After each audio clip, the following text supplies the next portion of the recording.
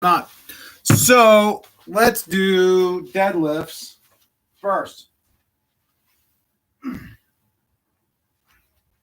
Whatever your heaviest weights are that you have, grab them. Grab them. Deadlifts even if you're not particularly experienced with weight training, can be done fairly heavy. I see guys do absolutely insane amounts. I don't think that's wise, but let's get into the deadlifts right now. Deadlifts are awesome.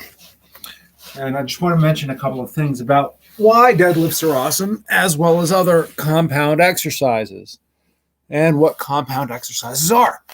Compound exercises recruit the most possible muscle that it can, so that way you are training not only the primary muscle group, the things that are obvious, but you are also training ancillary muscle groups. You're recruiting muscle groups that are required for stabilization and for the return motion. So that's why compound exercises are great. Examples of great compound exercises are things like deadlifts, squats, pull-ups, push-ups. Those are dips. Those are really the biggest movers. But something to keep in mind also is you are also engaging in compound exercise when you are doing weight training and you are standing up. When you're lying down or sitting down, you start to really isolate your muscles more, and you wind up recruiting many fewer muscles that are involved for things like stabilization. And one little note is, for instance, if you're running, if you want to go for a run, and one of my favorite tracks in the world is down in Overpeck Park. It's a wonderfully long figure eight, but I would never run actually on the asphalt. Run on the outer edge in the grass. It's much more difficult when you first start, but there are two great reasons to run on grass or sand rather than asphalt. One is impact. When you run on asphalt, you are pounding on your body. You're pounding on your spine. You're pounding on your joints, and that will give you a much shorter career as a runner. The other is the fact that when you run on grass, the thing that makes it hard is that you are squishing down in, and you are forced to pick up your foot. And you are getting a lot more benefit because the terrain is completely uneven. And what that does is that forces your body to constantly adjust for that inconsistency in terrain. So your body is working on not just the leg muscles, but it's going to constantly work on smaller muscle groups that help to stabilize everything inside of your hips, your ankles, your knees, your obliques, shoulders, everything, because your body, it's an extremely smart thing, will make all of these really fine adjustments that you never would otherwise, and you would lose track of. All right, enough jibber jabber. Let's get into deadlifts. Deadlifts. We will be doing 30-second rests. And I was just checking the time. So grab your weights, whatever you have. The heaviest ones is the best. And when we do the deadlifts, let me show you so that without weights, so in case you're unfamiliar, we can, with dumbbell deadlifts, we can hold them hammer style, keeping your feet about hip width apart. And then when we go down, your back needs to be in a fully neutral position. So, stay looking forward and watch my butt. I stick my butt out and then I bring my butt back. That's where this is really happening, is getting the hips back and pushing the hips forward. And that will be even more pronounced when we do the next variation of deadlifts, which will be stiff-legged deadlifts. All right, let's get ready. Here we go. Feet about hip width apart, a little wider, and let's go.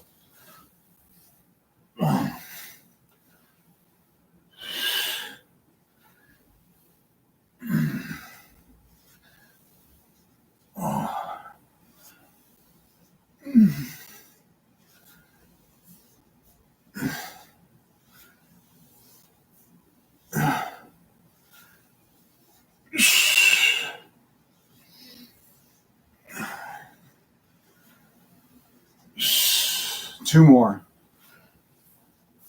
Let's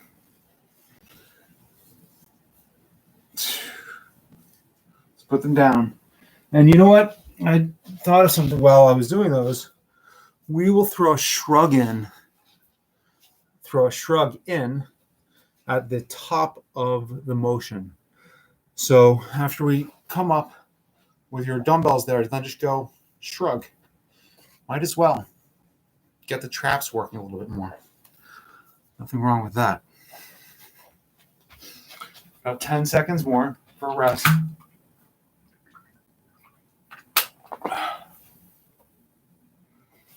Let's get ready.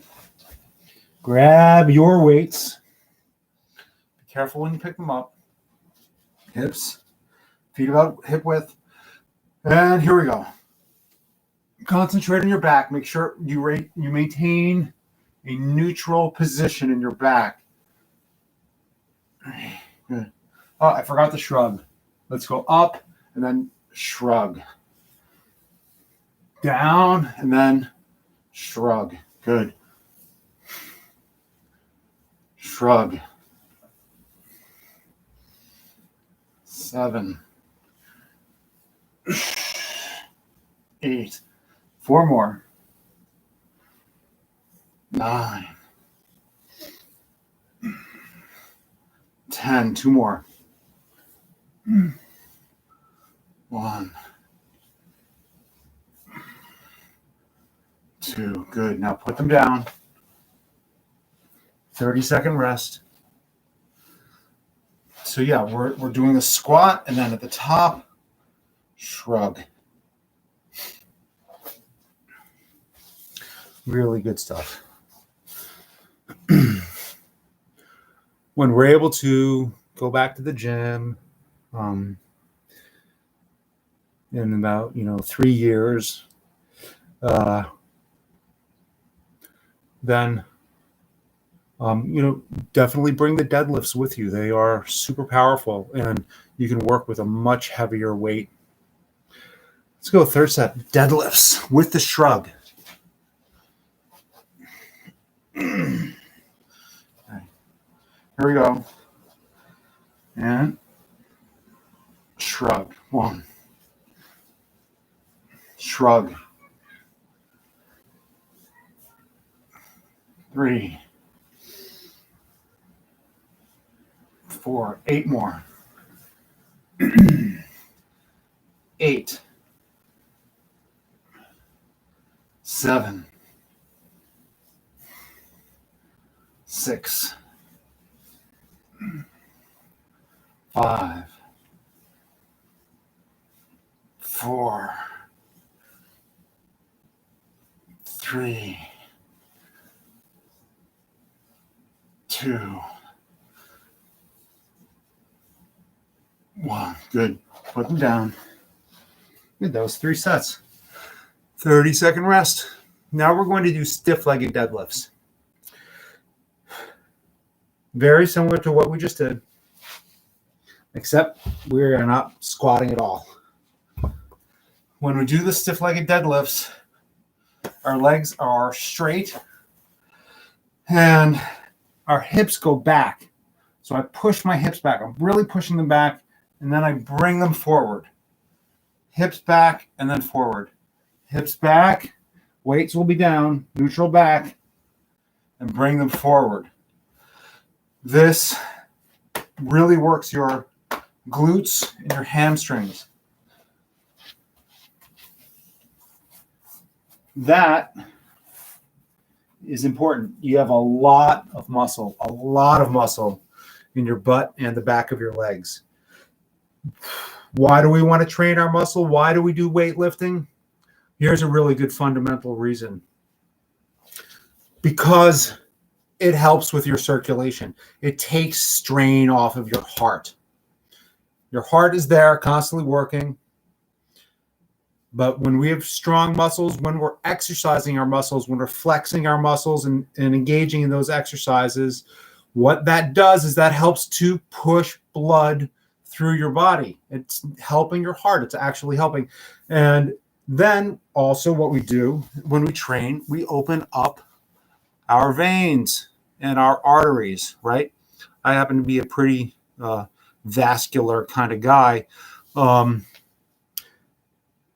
But what that does is that it literally helps your blood flow more easily.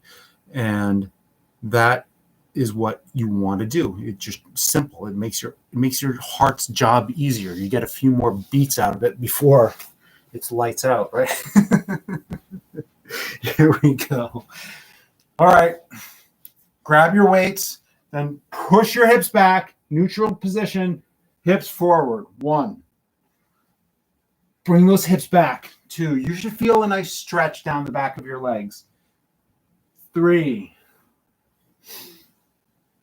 Push the hips back. 4. 5. And you are using your hips to push forward. Push the hips forward. That's what's making you stand, not lifting at your lower back. The fact that your upper body comes back up is simply a mechanical issue, so to speak. It's because your hips are returning to the correct position. It's not because I'm lifting with my lower back, and it's not because you are lifting. It's because you're pushing your hips forward and your upper body just has to go somewhere. Good. 2 more. 1, 2. Good. Let's put them down. Take a quick rest.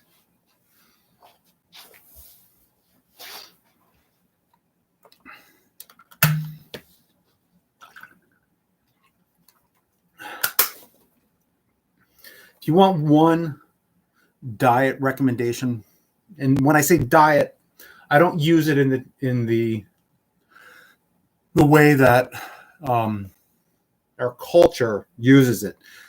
We think of diets like a temporary thing. Like, oh, I'll do this diet. And then when I'm done with this diet, I'll go back to doing what I did before. That's like, I'm going to quit smoking. And then after I quit smoking, I'm going to start smoking again. It's idiotic, right? So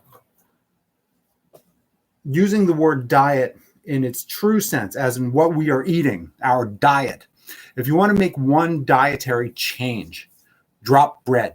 Stop eating bread, period. No more bread in your life. Here we go. Second set. Second set. Push your hips back, which will bring you down and up. 1, 2, and not whole grain bread. That's not an acceptable substitute. It's better than white flour, but it's still just not good. 4, 5, 6. You're like, well, I like sandwiches. Well, so what? I used to like smoking cigarettes. 7, 8. People are all filled with this, but I like to do this thing. Again, so what? So you like to do it. Who cares? Good. 2 more. Good. 30-second rest. I like to be alive. I like to feel good. I like to be functional. I'm 48 years old and I feel really good. I feel healthy because I am healthy. And it's because I take care of myself. And the fact of the matter is, I made a lot of significant changes to my lifestyle, some things that felt like sacrifices, but there is nothing in your life that doesn't require sacrifice. Some of the things that we sacrifice happen outside of our awareness until they come screaming into our awareness, specifically health issues.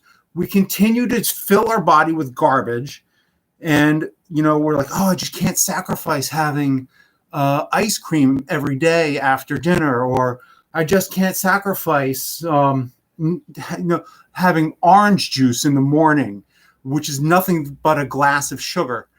And then all of a sudden, you wake up and you have type 2 diabetes or metabolic syndrome or heart problems, or you're having neurodegenerative diseases. And it's like, I didn't realize I was sacrificing my actual health at that time, or I knew it, but I didn't know it, because we have this tendency to only know things that are in our actual experience. And it's just like the frog being boiled. When you continue to fill your body with garbage and poison, you are the frog being boiled. You just don't know it. That's the story. Here we go. Final set. You didn't think I would talk so much today, but I feel pretty passionately about this stuff. Here we go. Hips back and up. And I'll tell you why. Because exercise, weightlifting it's super important. But the stuff that you put into your mouth is, I would say, it's the most important of all of your decisions. Every time you eat something, you are making a serious decision. And you and I, everybody, are constantly bombarded, and this is a fact. We're constantly bombarded with the idea of convenience for eating, as if convenience should be a major consideration for what we eat. And yes, I get it. We are constantly fighting the clock, right?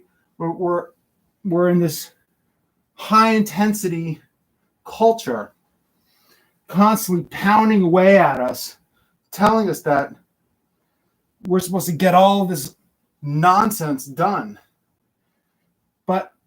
And last one, good.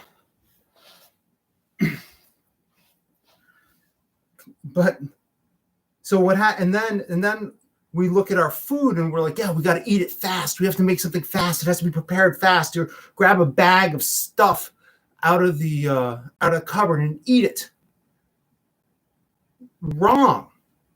And another reason, what happens also, let me tell you from my experience, and I'm going to get more in depth into this at another time. I'm sorry to throw it into the weight training today, but it's just on my mind. When you start really eating healthy food, really healthy, and I'm not talking about like a plate full of vegetables. I'm talking much more about like a ribeye. Just a ribeye, maybe with like a little broccoli on the side.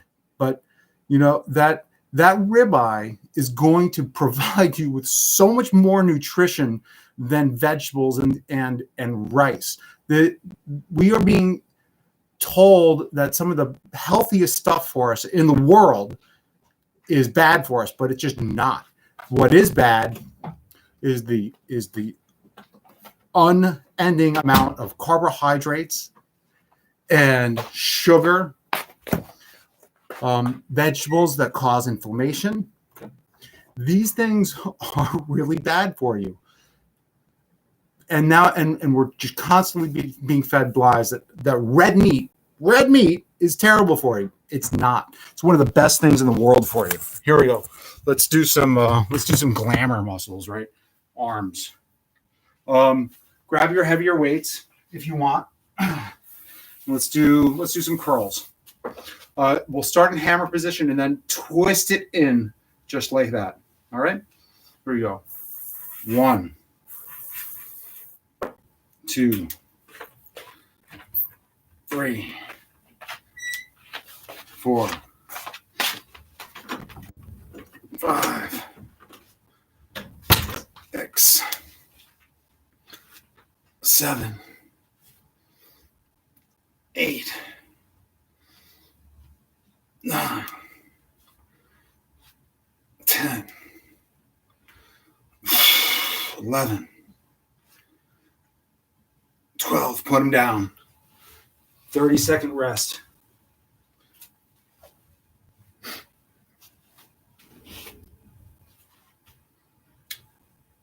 That being said, if you must eat bread, do not eat it like a sandwich is a terrible idea. And I'll tell you, and one of the reasons is because what happens when you eat a hamburger, for instance, if you just ate the hamburger, you would be fine. But when you throw it between two pieces of bread, which is, and it's actually more than two pieces of bread because those buns are thick, what happens is there's an interaction between that huge amount of sugar, which is what the bread is. Make no mistake, bread is sugar. It's cake. Just because it's not sweet and it doesn't have frosting on it doesn't mean that it's not cake. It is cake. Just because you're eating cake and meat, when you eat cake and meat or bun and meat, that works together, and that is what makes you fat. It's not the meat inside. It is the bun, and then even worse, it has a synergistic effect between the bun and the hamburger and the fat. So then what happens is, we'll do another set and I'll explain what happens with regard to insulin and energy. Here we go. 1, 2, but I like hamburgers with bun. 3, but I like it. 4, 5, 6, 7, 8, 9, 10, 2 more, 11, 12. Put them down. What happens is your body sees the big sugar that you've dumped into it, the bread, and it immediately you have a huge insulin spike. And then what happens is it takes that sugar and it starts using it for kind of energy. The way that it synthesizes it for energy is definitely an uneven and inefficient way of providing your body with energy. But then what happens is it takes the fat from the hamburger, and that's when it will start to actually store it. And it's going to store because it has this relationship to the way your insulin all works together. And that's how you wind up getting fat. If you were eating hamburgers and you just ate the hamburger no bun, you're fine. You're fine. Here we go. One more set of tries of biceps, rather. Here we go. 1, 2, 3, 4, 5, 6, 7, 8, 9, 10, 11. One more. 12. Let's put them down. 30 seconds rest, and then we'll do let's do a medial deltoid exercise. I don't feel like doing push-ups today. I don't feel like it, so let's not do them.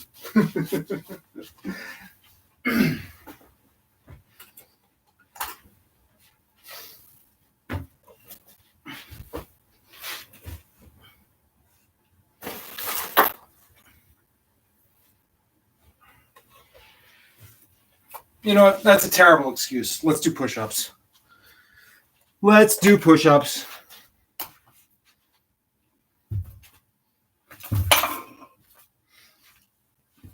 You can't talk about compound exercises and then not do them. So let's just do them. All right. If you don't have perfect push-up handles, which most people don't, but you should, they're cheap. Then grab your dumbbells, and you can do your push-ups on your dumbbells. The reason we do them on the dumbbells is because you're able to get deeper into your pecs, aka your chest. All right, let's do it. Yeah, we gotta do push-ups. Just not feeling it today, but here we go. And 1, 2, 3, 4, 5, 6, 7, 8, 9, 10. 2 more. 1, 2. Good. 30-second rest. Yeah, drop bread. Drop bread in all of its variations. Bagels, holy moly, bagels are so bad for you. Waffles, pancakes, muffins, cake. Just get rid of it. I get it. I like it too. Of course, it's delicious. But it's literally killing you, little by little. Here we go.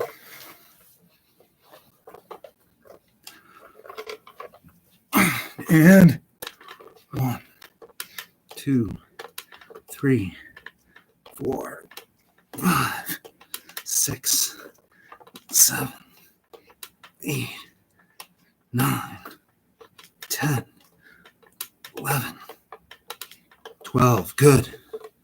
30-second rest. But I like it. Yeah. But I like it. Anytime you find yourself, you catch yourself saying how you don't want to change something because you like it, just make a mental note of it for now. Even if you're like, oh, I'm going to keep eating bread, blah, blah, blah. Just keep in mind, but I like it that's like what little kids say.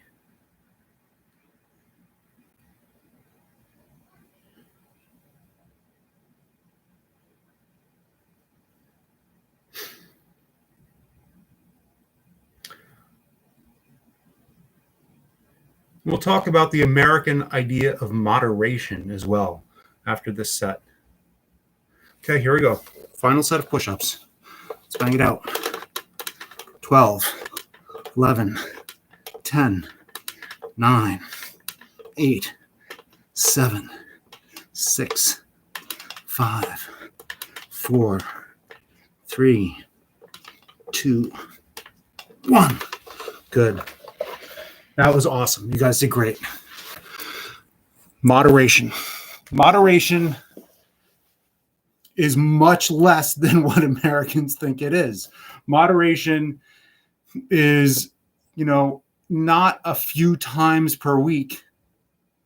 It's maybe one time per month, or even only a few times per year. Just about anything can be done in moderation, but moderation is not like, okay, I'll have ice cream every 2 days. It's more like, I'll have ice cream once every few weeks. And that doesn't mean that you're going to have a Snickers bar for between then and then. Anyway, my point is moderation is really much, much, much, much less than we frame it in our culture. It's much less. Anyway, I hope you had a great workout, and I hope some of what I said is helpful.